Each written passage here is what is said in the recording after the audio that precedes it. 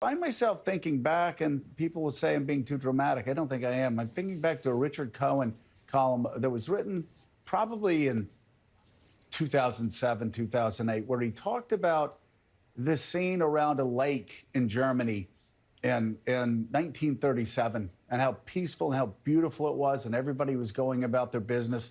1937, kids were playing, and then he said nobody saw it coming. Nobody saw it. A year later, the world had changed. Jews were being rounded up, slaughtered, executed. So we find ourselves in this sort of a dilemma. We seem to talk about him so much, and yet I don't know that people are really getting their arms around just what a threat a democracy, American democracy, the American experiment is facing right now. Help us out with that, if you will.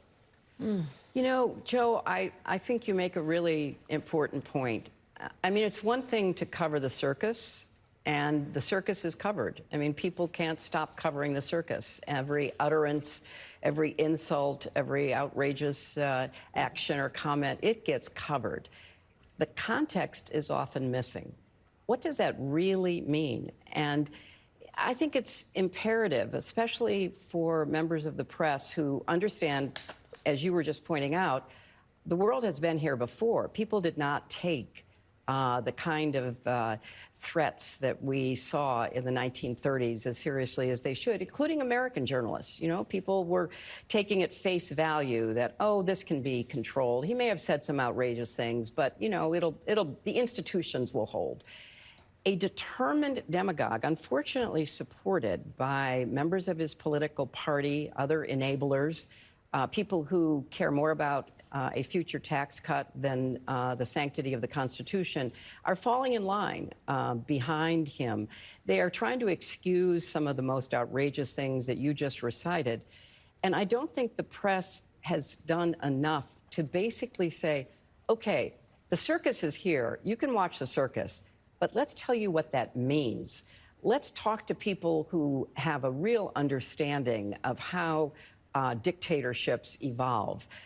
Let's look at the people that he admires and what they've already done. You know, back in 2016, we didn't have interviews with him. We didn't have a track record of 4 years in office.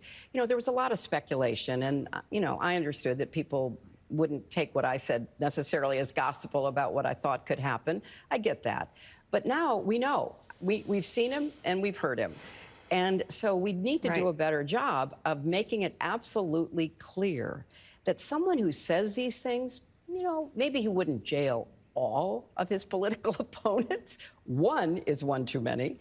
Maybe he wouldn't try to force out of business the, you know, members of the press who didn't agree with him. One is one too many. We go down the line.